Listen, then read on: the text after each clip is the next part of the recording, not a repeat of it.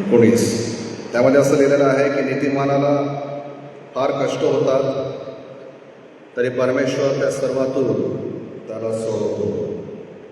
नीतिमानाला फार कष्ट होतात असं वचन सांगतं आणि नंतर परमेश्वराने त्यामध्ये प्रॉमिस पण केलेला आहे की तो त्या सर्वातून त्यांना सोडवणारा परमेश्वर आहे. आजचा जो आपला विषय आहे तो एक प्रश्न आहे की बरेचदा हा प्रश्न विचारण्यात येतो आणि हा प्रश्न कदाचित आपण स्वतःला विचारला असेल किंवा परमेश्वराला विचारला असेल. तो प्रश्न असा आहे की why do bad things happen to good people आणि why do bad things happen to good people. चांगल्या लोकांसोबत वाईट का होतं. त्याच्यावर काही पुस्तकं पण लिहिलेले आहेत, त्यांचं शीर्षकही तसंच आहे, why do bad things happen to good people. चांगल्या लोकांसोबत वाईट का होतं. 19 वचन आपण वाचलं, त्यामध्ये असंच लिहिलेलं आहे की नीतिमानाला फार कष्ट होतं. इथं दुर्जनाला नाही लिहिलेलं आहे किंवा दुष्टाला नाही लिहिलेलं आहे, परंतु असं लिहिलेलं आहे की नीतिमानाला. नीतिमान व्यक्ती तो जो परमेश्वरावर विश्वास ठेवणारा आहे, त्याच्या मार्गाने चालणारा आहे आणि सर्व चांगलं करूनही त्या नीतिमान व्यक्तीला कष्ट होत आहे. आणि आपण जर शास्त्र वाचलं तर पवित्र शास्त्रामध्ये आपल्याला असे बरेचसे उदाहरणं सापडतात की ज्यामध्ये परमेश्वरावर विश्वास ठेवणारे, भाव ठेवणारे, त्याचा भय मानणारे लोकांना अतिशय त्रास झाला आणि अतिशय त्रासातून ते गेले आणि दुःख, मृत्यू सर्व त्यांनी सहन केलं आणि त्यांना नंतर परमेश्वराने सांभाळलेलं सुद्धा आहे. इब्री लोकासुपत्र 11वा अध्याय जो आहे हा विश्वासाचा अध्याय आहे, ज्यामध्ये आपण परमेश्वराच्या लोकांनी जो विश्वास केला त्याचं वर्णन आपल्याला वाचायला मिळतं.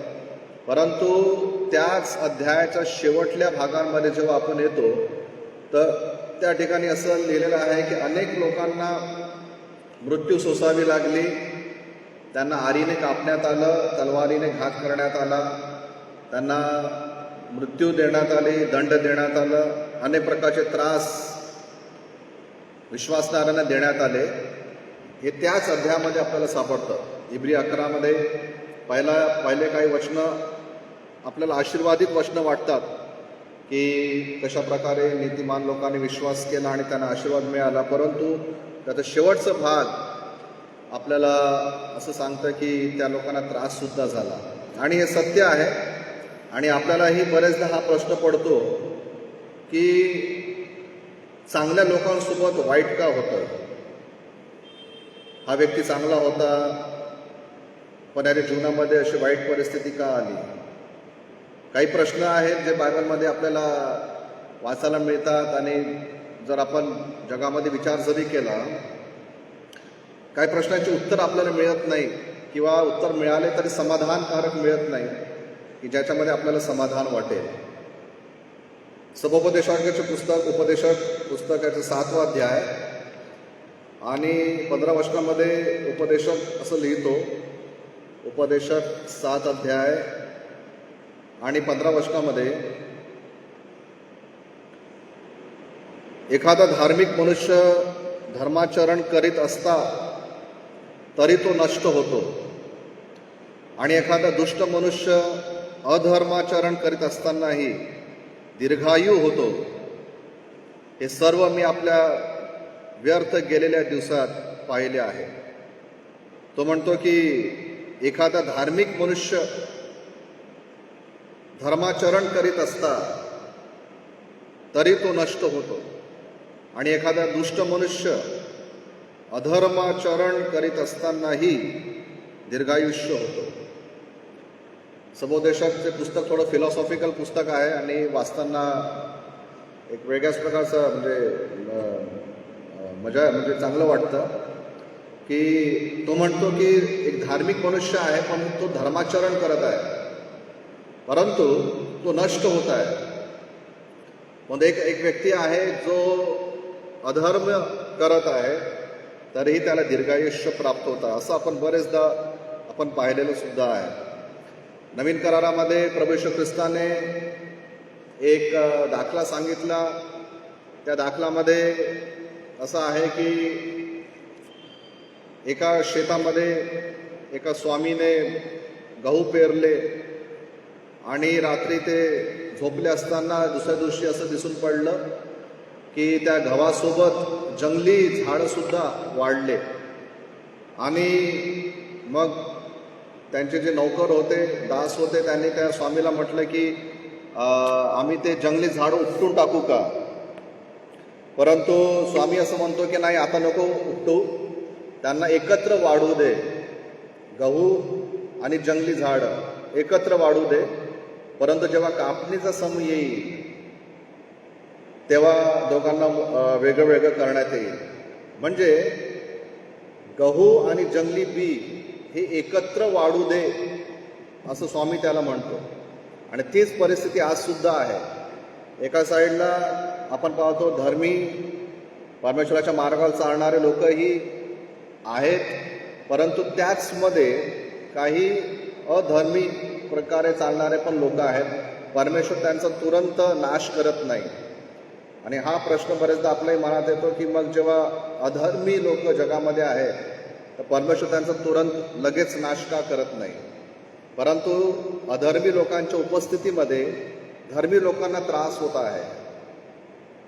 आणि अधर्मी किंवा अधर्माचरण करणारे लोक त्यांना दीर्घायुष्य मिळत आहे, त्यांना धनसंपत्ती मिळत आहे, ते सुखी दिसतात, आनंदात दिसतात. आणि जे परमेश्वराच्या मार्गाने चालणारे लोक आहेत ते आपल्याला दुःखी आणि त्रासामध्ये आणि अडचणीमध्ये दिसत आहेत. म्हणून हा जो आपला जो आजचा विषय आहे तो हाच आहे की चांगल्या लोकांसोबत वाईट का होतं, आणि why do bad things happen to good people. आणि जर ह्या गोष्टीला जर आपण समजलं नाही तर बरेचदा ख्रिस्ती लोक, विश्वासणारे लोक मागे होतात, बॅकस्लाईड होतात की चर्चमध्ये गेल्यानंतर आम्हाला काय मिळालं, परमेश्वरावर विश्वास ठेवल्यामुळे आम्हाला काय मिळालं, दुसऱ्यांकडे पहा ते तर मजा मारत आहेत, परंतु आम्ही प्रभूच्या मार्गात चालल्यानंतरही आम्हाला काही मिळत नाही आहे. म्हणून या प्रश्नावर आपण विचार केला पाहिजे आणि थोडं अध्ययन केलं पाहिजे की हे असं का होत आहे. शास्त्रामध्येही अनेक लोक आहेत ज्यांना अनेक प्रकारचे त्रास झाले, जे परमेश्वराच्या मार्गामध्ये प्रियानं चालणारे होते. जर आपण दुसरा राजे याचा 13वा अध्याय आणि 14 वचन वाचलं तर त्या ठिकाणी प्रभूचा एक संदेष्टा आहे, अलिशा, जो एलियानंतर संदेष्टा होता. आणि एलियानंतर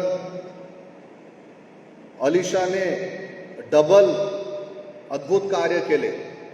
परंतु अलिशाबद्दल असं लिहिलेलं आहे दुसरा राजे 13 अध्याय आणि 14 वचनामध्ये की ज्या दुखण्याने अलिशा मरावायचा होता ते त्याला आता लागले. अलिशाची मृत्यू कशी झाली? अलिशाची मृत्यू एक दुखण्याने झाली, किंवा हिंदीमध्ये असं लिहिलेलं आहे की रोगी हुआ. अलिशा इस प्रकार से रोगी हुआ कि मरने पर था. अलिशा परमेश्वराचा संदेष्टा, अलिशा एलियानंतर आलेला संदेष्टा. एलिया इतका महान संदेष्टा होता, परंतु त्याच्यापेक्षा डबल अद्भुत काम अलिशाने केले होते. डबल चिन्ह चमत्कार अलिशाने दाखवले होते. परंतु अलिशाची मृत्यू कशी झाली? अलिशाची मृत्यू झाली एका रोगामुळे, आणि त्याला रोग लागलं होतं. चांगली मृत्यू नाही मिळाली. असं लिहिलेलं आहे की ज्या रोगाने किंवा ज्या दुखण्याने तो मरणार होता ते त्याला लागले. प्रश्न पडतो की अलिशासारखा संदेष्टा डबल चिन्ह चमत्कार करणारा एलियापेक्षा तो रोगाने का मेला? दुःखी होऊन किंवा दुःख लागण्याने किंवा रोग लागल्याने तो का मेला? यशाया संदेष्टा, जो ज्याने प्रभू येशू ख्रिस्ताच्या येण्याबद्दलही भविष्यवाणी केली आणि ज्याने प्रभू येशूच्या मृत्यूबद्दलही भविष्यवाणी केली, तो यशाया संदेष्टाची मृत्यू कशी झाली? असं लिहिलेलं आहे की जेव्हा येशा संदेष्टा त्या दिवसांमध्ये संदेश द्यायचा, तेव्हा त्या राजाने त्याला 2 झाडांमध्ये बांधलं आणि वरून खालपर्यंत आरीने चिरलं.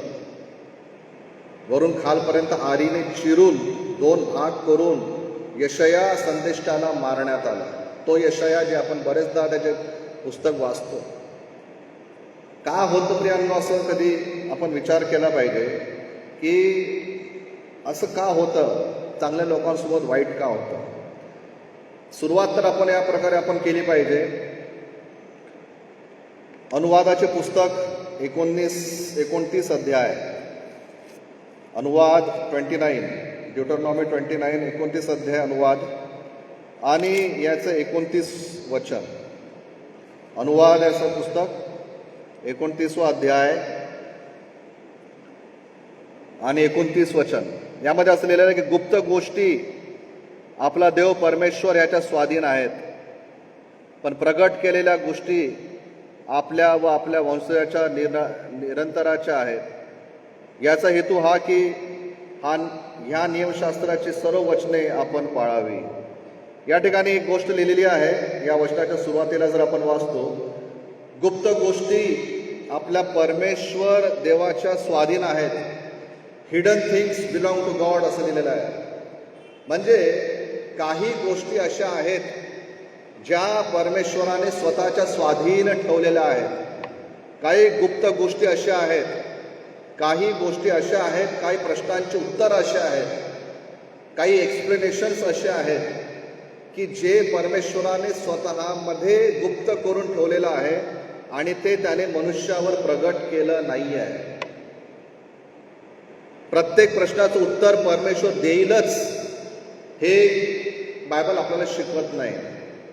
परमेश्वराने आपल्या इटर्नल विजडममध्ये, परमेश्वराने आपल्या त्या इटर्नल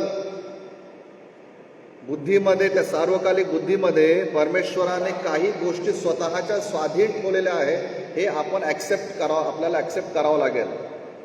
प्रत्येक प्रश्नाचं उत्तर परमेश्वर देईलच हे होणार नाही. परमेश्वर बांधलेला नाही आहे की आपण प्रत्येक प्रश्नाचे उत्तर त्याला विचारावे आणि त्याने आपल्याला प्रत्येक प्रश्नाचं उत्तर त्याने आपल्याला द्यावं. आपण प्रश्न कदाचित विचारतो, परंतु बरेचदा त्या प्रश्नाचे उत्तर आपल्याला मिळत नाही, कारण परमेश्वराने काही गुप्त गोष्टी स्वतःच्या स्वाधीन ठेवलेल्या आहेत. आणि जर आपण परमेश्वराचे गुण किंवा क्वालिटीज किंवा परमेश्वराचे जे प्रिन्सिपल आहे त्याच्याबद्दल जर आपण विचार केला, तर परमेश्वराचे गुण आपल्याला माहीत आहेत की तो प्रेमी आहे, तो कृपाळू आहे, तो दयाळू आहे, तो मंदक्रोध आहे, तो आशीर्वाद देणारा आहे, तो न्यायी आहे. हे सर्व आपल्याला माहीत आहे. परंतु त्याचबरोबर परमेश्वराचा एक गुण असा आहे ज्याबद्दल कदाचित आपण कमी विचार करतो. तो गुण म्हणजे की परमेश्वर सार्वभौमिक आहे, सॉव्हरेन आहे, ज्याला आपण म्हणतो द सॉव्हरेनिटी ऑफ गॉड. परमेश्वर सार्वभौमिक परमेश्वर, द सॉव्हरेन लॉर्ड. आता सार्वभौमिकचा अर्थ काय? सार्वभौमिकचा अर्थ असा होतो की परमेश्वर अक्षरशः काहीही करू शकतो आणि त्याला प्रश्न विचारायचा अधिकार तुम्हाला आणि मला नाही आहे. आपण नाही विचारू शकत त्याला. एका लिमिटपर्यंत परमेश्वर आपल्याला सांगेल, आपल्या प्रश्नांची उत्तरं देईल, आपल्याला सांगेल तो मी काय करत आहे आणि मी काय करत नाही आहे. परंतु एक लिमिट नंतर मग परमेश्वर दाखवतो की मी परमेश्वर आहे आणि मी तुम्हाला बांधलेला नाही आहे की मी तुमच्या प्रत्येक प्रश्नांची उत्तरं देईल.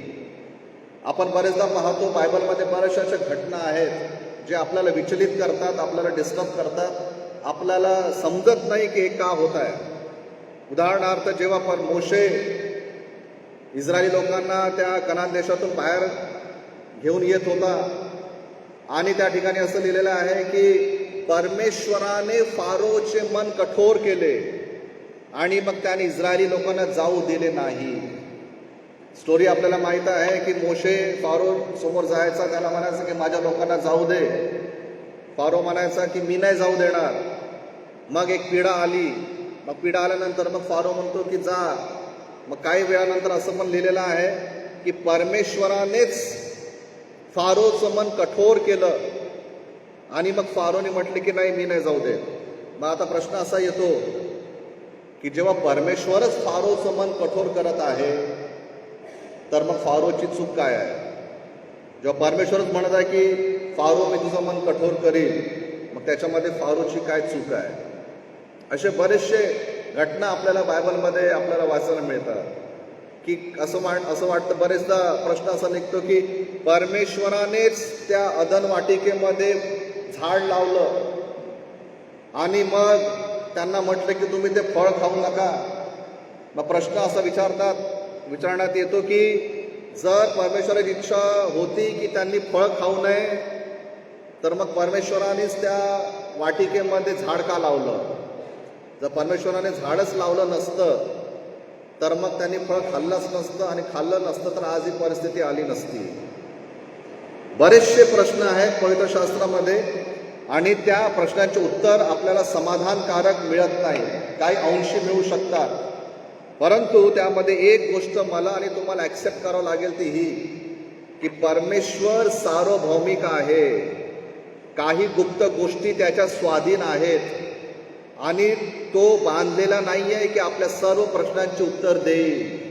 मनुष्याचं कर्तव्य एकच आहे की त्यांनी हे म्हणावं की परमेश्वर, आज मला माझ्या प्रश्नाचं उत्तर मिळत नाही आहे, कदाचित ही तुझी इच्छा आहे आणि हे तुझं सॉव्हरेन विल आहे, ही तुझी सार्वभौमिक इच्छा आहे, आणि जर तुझी इच्छा नाही मला त्याचं उत्तर देण्याचं तर मी हे स्वीकार करतो, मी तुला गौरव देतो आणि मी यानंतर तुला प्रश्न विचारणार नाही. आपल्याला तिथं प्रश्न विचारणं थांबवावं लागेल. काही बरेचसे विचित्र वचनं आहेत बायबलमध्ये, नाही पटत, नाही ॲक्सेप्ट होत, परंतु काय, त्याचं उत्तर एकच आहे की परमेश्वराने काही गुप्त गोष्टी आपल्या स्वाधीन ठेवल्या आहेत. जर त्याची इच्छा असेल तर तो आपल्याला सांगेल, जर त्याची इच्छा नसेल तर तो आपल्याला सांगणार नाही, कारण तो परमेश्वर आहे आणि आपल्याला ते स्वीकार करावं लागेल. रोमकरास पत्रामध्ये पॉल लिहितो की कुम्हाराला अधिकार आहे की त्या मातीला तो कसा आकार देईल, परंतु ती माती म्हणू शकत नाही कुम्हाराला की तू मला असा का आकार दिलेला आहे. ते कुम्हाराच्या अधिकारामध्ये आहे की त्या मातीला कुठला आकार द्यावा, लहान पात्र बनवावं की मोठं पात्र बनवावं, आणि घरामध्ये समोरच्या रूममध्ये ठेवणारं पात्र बनावं की मागे ठेवणारं पात्र बनावं, हा अधिकार त्या मातीचा नाही आहे, हा अधिकार त्या कुंभाराचा आहे. आणि माती त्या कुंभाराला प्रश्न विचारू शकत नाही की तू मला असा का अधिकार दिला. Why do bad things happen to good people, we don't know. चांगल्या लोकांसोबत वाईट का होतं माहीत नाही. हा अधिकार परमेश्वराने स्वतःकडे ठेवलेला आहे. त्याचं उत्तर कदाचित आपल्याला मिळणार नाही, कदाचित मिळेल, काही अंशी मिळेल, कदाचित एक्झॉस्टिव्ह पूर्णपणे मिळणार नाही, समाधानकारक उत्तर मिळणार नाही. तर मग आपला रिस्पॉन्स काय असावा? आपला रिस्पॉन्स हा असावा की प्रभू, मला समजत नाही आहे माझ्यासोबत वाईट का होत आहे, मला समजत नाही आहे ख्रिस्ती लोकांसोबत वाईट का होत आहे, मला समजत नाही की सर्व तर चांगलं आहे मग वाईट का होत आहे, मला कळत नाही आहे. परंतु मी तुझ्यावर विश्वास करतो की जे काही होत आहे ते तुझ्या दैवीय इच्छेमध्ये होत आहे आणि मी ते स्वीकार करायला तयार आहे.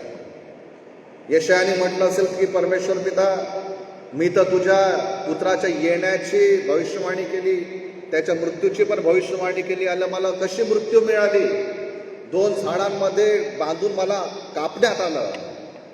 यशायाने तो प्रश्न नसेल विचारला. एलियाने मला नाही वाटत त्याने प्रश्न विचारला असेल की प्रभू, माझ्याद्वारे तर इतके मोठे मोठे चिन्ह चमत्कार झाले, मग मी एक रोगाने का मेलो. एक गोष्ट तर आहे, परमेश्वर सार्वभौमिक आहे.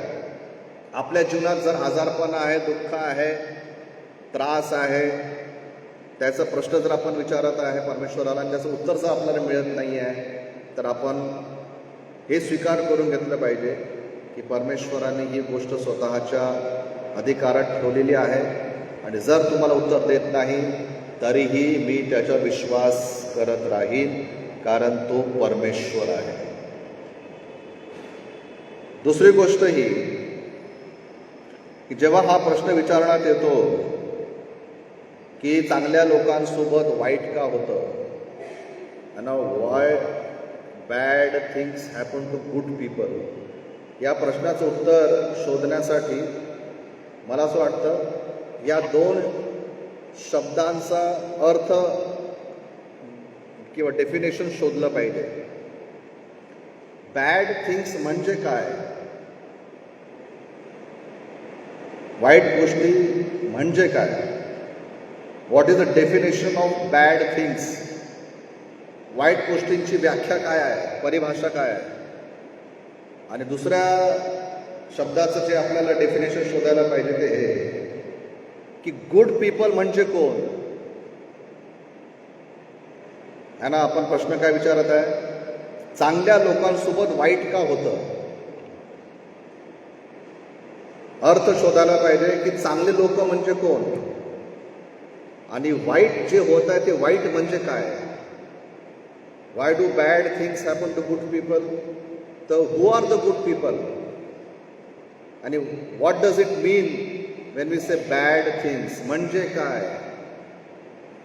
है ना, जर आपण चांगला व्यक्ती या शब्दाचं जर आपण डेफिनेशन पाहण्याचा प्रयत्न केला तर आपण एका व्यक्तीला चांगलं आपण आपल्या स्वतःच्या बुद्धीने म्हणणार आहे की हा व्यक्ती चांगला आहे किंवा हा व्यक्ती वाईट आहे. परंतु चांगल्याचं डेफिनेशन हे आपला नाही राहणार. हु इज अ गुड मॅन ते ठरवेल परमेश्वर. जर दोघं जण आहेत आणि उदाहरणाच्या रूपामध्ये सांगतो, उदाहरणार्थ की दोघं जण आहेत जे चर्चमध्ये येतात, प्रार्थना करतात, वचन वाचतात, दोघं जण एकमेकांना म्हणतील अच्छा व्यक्ती आहे, चांगला माणूस आहे. पण त्याच वेळेला दोघं जण जर दारूच्या भट्टीमध्ये बसून असतील तर ते सुद्धा एकमेकांना म्हणतील की अच्छा मेरा दोस्त आहे. Definition changes according to the situation. परिस्थितीप्रमाणे व्याख्या बदलते. मग डिफाईन कोण करणार, एक आहे मनुष्याचा दृष्टिकोन आणि एक आहे परमेश्वराचा दृष्टिकोन.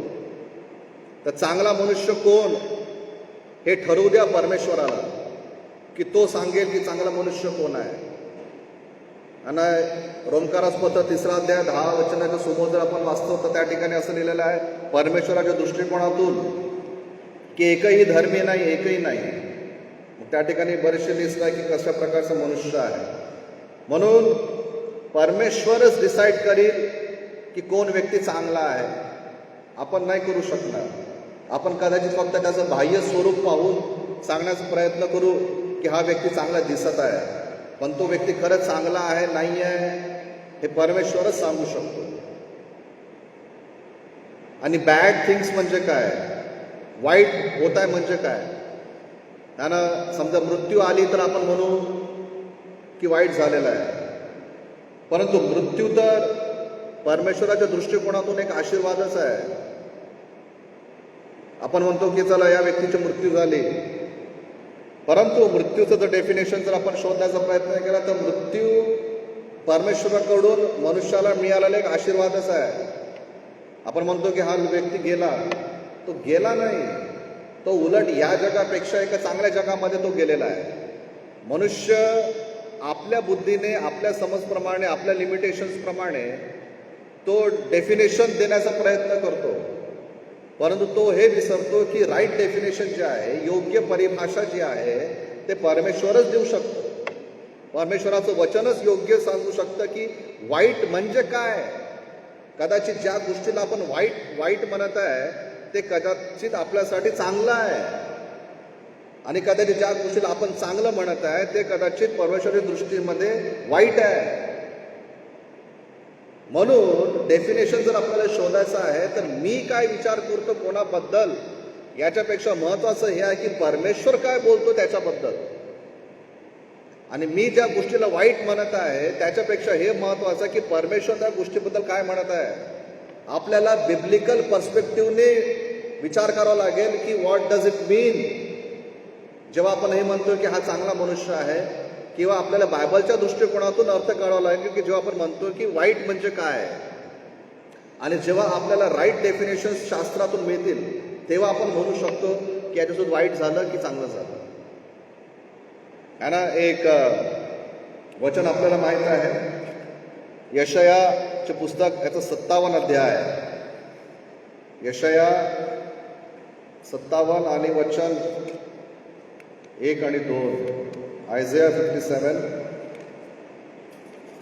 आणि वचन 1 आणि 2 असं लिहिलेलं आहे. धार्मिक नष्ट होतो पण ते कोणी मनास आणत नाही. देवभक्त प्राणास मुक्तात पण अरिष्टांमुळे धार्मिक प्राणास मुक्तो हा कोणी विचार करत नाही. तो शांती पावतो. सरळ मार्गाने चालणारा प्रत्येक जण आपल्या बिछाण्यावर शांत पडतो. काय लिहिलेलं आहे. धार्मिक देवभक्त आपल्या प्राणास मुक्तो पण अरिष्टांमुळे धार्मिक प्राणास मुक्तो हा विचार कोणी करत नाही. आणि एका ट्रान्सलेशनमध्ये असं लिहिलेलं आहे की धर्मी लोकांवर येणाऱ्या त्रासांपासून मुक्त करण्यासाठी तो व्यक्ती आपल्या प्राणास मुक्तो. धर्मी लोकांवर कदाचित काहीतरी त्रास येणार होता आणि धार्मिक व्यक्तीवर काहीतरी संकट येणार होतं, पण तो परमेश्वर त्या व्यक्तीला उचलून घेतो आणि त्याला त्या येणाऱ्या त्रासापासून तो मुक्त करतो. म्हणजे एखाद्या व्यक्तीची जर लवकर मृत्यू झाली किंवा एखाद्या व्यक्ती जर लवकर उचलला गेला आणि आपण असं म्हणतो की अरे या व्यक्तीसोबत वाईट झालेला आहे, परंतु परमेश्वराच्या दृष्टिकोनातून असंही आहे की त्या व्यक्तीला मला वाईटापासून वाचवायचं आहे, संकटापासून वाचवायचं आहे, म्हणून मी त्याला स्वतःकडे आज मी घेणार आहे. म्हणजे आपल्याला परमेश्वराच्या दृष्टिकोनातून या गोष्टींना समजून घ्यावं लागेल की चांगला व्यक्ती कोण आहे आणि वाईट काय आहे. आपण आपल्या दृष्टिकोनातून जर विचार केला तर कदाचित आपल्याला योग्य त्याचं परिभाषा प्रियांना आपल्याला मिळणार नाही. तिसरी गोष्ट ही की संकट, त्रास किंवा वाईट गोष्टी जेव्हा आपल्यासोबत होतात, धर्मी लोकांसोबत होतात, त्याच्यामध्ये एक खूप सुंदर आशीर्वाद लपलेला आहे. जर आपण लोकपुरुष वर्तमान याचा 3रा अध्याय आणि 2रं वचन, लोकपुरुष वर्तमान याचा 3रा अध्याय आणि 2रं वचन जर आपण वाचलं त्या ठिकाणी आपण वाचतो बाप्तिस्मा करणारा योहानबद्दल. आणि असं लिहिलेलं आहे की आणि हन्ना व कैफा हे प्रमुख याजक होते, तेव्हा जखर्याचा मुलगा योहान याला रानात देवाचे वचन प्राप्त झाले. हे मला खूप आवडते जी लाईन आहे. The word of God reached John in the wilderness. परमेश्वराचे वचन योहानाला रानात प्राप्त झाले. बरेचदा आपल्याला आत्मिक मोती त्रासाच्या समुद्रात मिळतात. Many times spiritual pearls are found in the ocean of suffering. योहानाला देवाचे वचन रानात प्राप्त झाले. आरामाच्या ठिकाणी नाही, त्याच्या घरी नाही, झोपला असताना नाही, आराम करत असताना नाही, तो रानामध्ये होता, त्या कठीण अवस्थेमध्ये होता, त्या अनकंफर्टेबल जागेमध्ये होता. त्या रानामध्ये विल्डरनेस में था, वो जंगल में था, जंगल में उसे वचन प्राप्त हुआ. प्रियांनो, जर आपल्याला प्रभूचं वचन प्राप्त करायचं आहे तर कदाचित आपल्याला त्या रानाच्या, त्या विल्डरनेसच्या एक्सपिरियन्सेस मधून जावं लागेल. We receive the word of God. म्हणून जर आपल्या जीवनामध्ये जर त्रास येतो तर त्या त्रासामधून दूर होण्याची प्रार्थना करण्याच्या सोबत आपण ही सुद्धा प्रार्थना केली पाहिजे की परमेश्वर पिता, या त्रासामध्ये तू मला कोणतं वचन देत आहे, तू मला कोणतं प्रकाशन देत आहे, तू मला कुठल्या वचनाच्या त्या डेप्थमध्ये तू मला घेऊन जात आहे. कारण चांगल्या अवस्थेमध्ये मनुष्याकडे फुरसत नसते प्रभूच्या वचनाकडे लक्ष देण्याची. जेव्हा त्रास येतात तेव्हा मनुष्य देवदेव देवदेव देवदेव करत बसतो, हे आपल्याला कॉमन माहीत आहे. म्हणून रानात वचन प्राप्त झालं असं लिहिलेलं आहे. प्रियांनो, जर if bad things are happening to good people, हे ते ह्यासाठी होत असेल कदाचित की त्या परिस्थितीमध्ये परमेश्वर त्यांना आपलं वचन प्रोव्हाइड करणार आहे. आणि जर आपण प्रभूच्या दासांचे जर आपण जीवन वाचले, त्याच्यामध्ये बरेचसे दासांना आपल्याला हेच वाचायला मिळतं की अत्यंत कठीण अवस्थेमध्ये प्रियांनो त्यांना प्रभूचे संदेश आणि वचन प्राप्त झाले.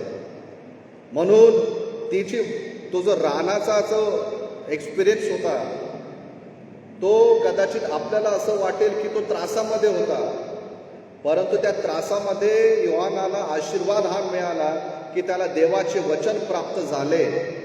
आता विचार करूया की चांगलं काय आणि वाईट काय. तो रानाचा experience was something bad happening to him. तो जो जंगलामध्ये होता प्रियांनो, ते का त्याच्यासाठी काहीतरी वाईट होत होतं का? मनुष्याच्या दृष्टिकोनातून असं वाटेल की तो रानात आहे, परंतु परमेश्वराच्या दृष्टिकोनातून असं होतं की त्या जागेमध्ये मी त्याला वचन देणार आहे. म्हणून बिब्लिकल पर्स्पेक्टिव्ह आहे की त्या रानाचा एक्सपिरियन्स योहानासाठी आशीर्वाद ठरला. प्रियांनो, आपल्याला हा प्रश्न विचारायच्या आधी योग्य अंडरस्टँडिंगमध्ये जावं लागेल आणि त्यासाठी आपल्याला प्रार्थना करावी लागेल की जर मी असा प्रश्न विचारत आहे की प्रभू, चांगल्या लोकांसोबत वाईट का होत आहे, तर मला प्रश्न हा विचारला लागेल, प्रभू, चांगला म्हणजे काय आणि वाईट म्हणजे काय? याचं डेफिनेशन काय हे तुम्हाला आधी समजून सांग. कारण पवित्र शास्त्र अशा लोकांनी भरलेलं आहे ज्या लोकांना त्रास झाला परंतु त्या लोकांना आशीर्वादही मिळाला किंवा ते प्रभूच्या अधिक नजदीक होते. हा प्रश्न इतका सोपा नाही आहे की आपण एका संदेशामध्ये याचं उत्तर आपल्याला मिळावं.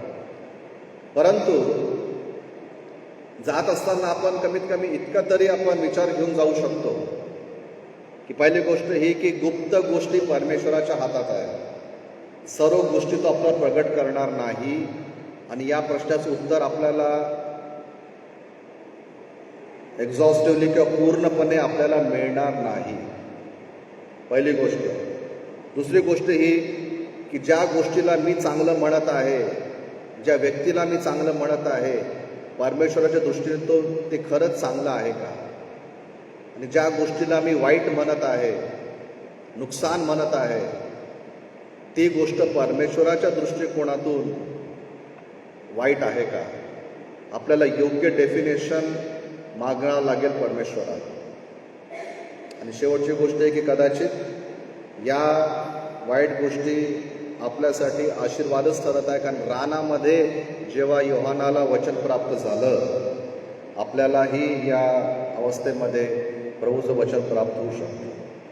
देवबाप करो, आपण या गोष्टींवर विचार करावा आणि या प्रश्नाचं उत्तर आपण शोधण्याचा प्रयत्न करूया.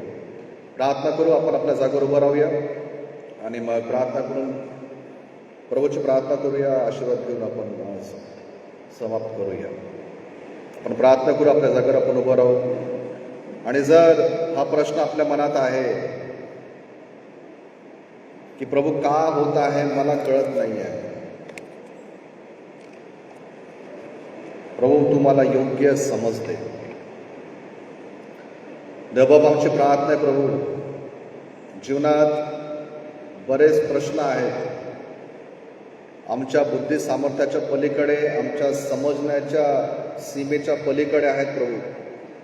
आम्हाला कळत नाही का होत आहे, कशामुळे होत आहे, चांगल्या लोकांसोबत वाईट का होत आहे, आमच्या जीवनामध्ये वाईट का होत आहे. परंतु आमची प्रार्थना आहे प्रभू, पवित्र आत्म्याद्वारे या सर्व गोष्टींना योग्यरित्या समजण्याची सद्बुद्धी तू आम्हाला दे, योग्य परिभाषा शोधण्याची सद्बुद्धी मार्गदर्शन पिता तू आम्हाला दे प्रभू. योग्य उत्तर तू आम्हाला दे. आम्हाला माहीत आहे प्रश्न मोठा आहे आणि पवित्र आत्मा तू अंशाने आम्हाला समजावून सांगतो. म्हणून प्रभू आमची प्रार्थना तू आम्हाला समजून सांग प्रभूजी की आम्ही या प्रश्नामुळे निराश न होता, स्वतःला दोष न देता, तुला दोष न देता, निराश न होता आम्ही आमचं धार्मिक जीवन कंटिन्यू करावं पिता परमेश्वर. आठवडा आम्हा सर्वांसाठी तो आशीर्वादित कर. तारणारा प्रभू येशू ख्रिस्ताच्या नावाने आम्ही मागतो म्हणतोय. आमेन. हे आमच्या स्वर्गातील बाबा, तुझे नाव पवित्र मानले जाव, तुझे राज्य येव, जसे स्वर्गात तसे पृथ्वीवरही तुझ्या इच्छेप्रमाणे हो. आमची रोजची भाकर आज आम्हास दे, जसे आम्ही आपल्या गुन्ह्यासून सोडलेले आहे तसेच तो आमची गुन्हे आम्हास सोड, आणि आम्हास दोषीत आणू नकोस तर आम्हास वाटपासून सोडी, कारण की राज्य, सामर्थ्य आणि गौरव ही सर्व काळ तुझीच आहे. आमेन. आता आमच्या देवबाबाची प्रीती, प्रभू येशू ख्रिस्ताची कृपा आणि पवित्र आत्म्याची सहभागिता आम्हा सर्वांबरोबर यापुढे सदैव असो. आमेन.